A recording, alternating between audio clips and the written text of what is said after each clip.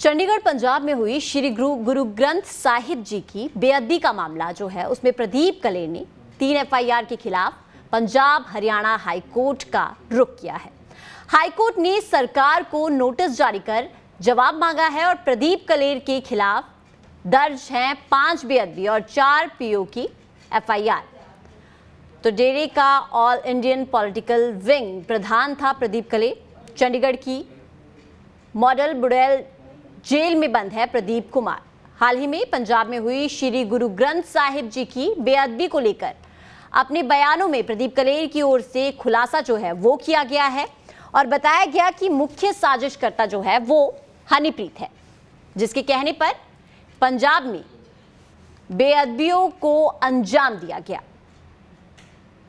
तो प्रदीप कलेर जो कभी डेरे के ऑल इंडियन पॉलिटिकल विंग के प्रधान थे, उसे 9 फरवरी 2024 को सीआईए स्टाफ फरीदकोट को एफआईआर नंबर 63/2015 के तहत गिरफ्तार किया गया था।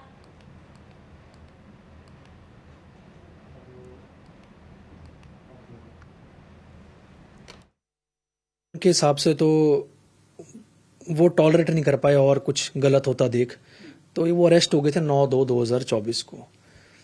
फिर हमने उनकी वाइफ के बिहाफ पर हाई कोर्ट पिटीशन डाली थी उनकी प्रोटेक्शन के लिए, बिकॉज वो अपनी माइनर डॉटर के साथ डेरा को छोड़ना चाहते थे।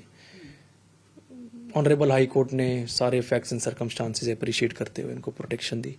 अब वो डेरा छोड़ चुके हैं, उनको कोई डेरे से जो मेरे को कन्वे हुआ है तो उनको कोई रिलेशन नहीं है डेरे के या डेरे के अफेयर से, क्योंकि जो ये प्रोसीडिंग्स हैं कुछ एफआईआर्स की वो honourable supreme court of India ने नीचे पंजाब की कोर्ट से चंडीगढ़ कोर्ट्स को ट्रांसफर कर दी थी। इस करके वो चंडीगढ़ वाली जेल में लॉज्ड है।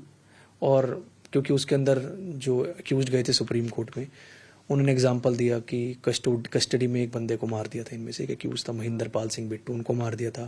कुछ उन्होंने इंस्टांसेस ऐसे रिपोर्ट करे थे जिनमें या तो डेरा प्रेमी जिन पर सस्पिशन था लोगों को कि वो इन सेक्रेलेज में इंक्लूडेड है, उनको मार दिया था, उनके रिलेटिव्स को मार दिया था। तो सारी एप्रीहेंशन देखते ऑनरेबल सुप्रीम कोर्ट ने ये सारे जो इनके केसेस थे वो यहाँ पर ट्रांसफर कर दिए चंडीगढ़ में। कुछ एफआईआर्स उनकी इन्वॉल्वमेंट नहीं थी। उन्होंने अपने 164 जो दिए है उनका रिकॉर्ड हुआ 26 फरवरी 2024 को।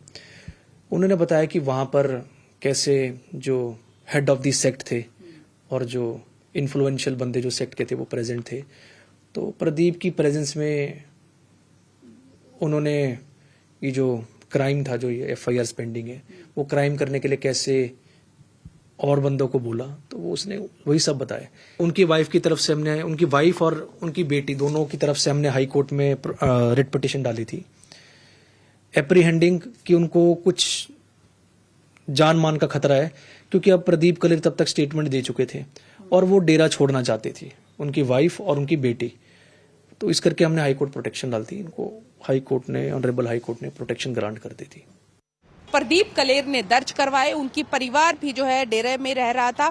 उनकी पत्नी ने भी एक एप्लीकेशन फाइल करके, एक याचिका दायर करके कहा था कि उन्हें भी खतरा है अपनी जान का, और उसके बाद सुरक्षा भी है उन्हें हाईकोर्ट से मिली है। तो अगर बात करें इस पूरे मामले में अभी बहुत सारे खुलासे होने बाकी है, क्योंकि अगर हम इस पूरे मामले को देखें तो जहां पर 3 एफआईआर अभी भी जो हैं वो दर्ज हैं बेअदबी से संबंधित, जिसमें जांच चल रही है और बहुत कुछ जो है इस प्रकरण में नजर भी आ चुका है। कैमरा पर्सन गुरविंदर के साथ पूजा वर्मा, डेली पोस्ट पंजाब, हरियाणा, हिमाचल।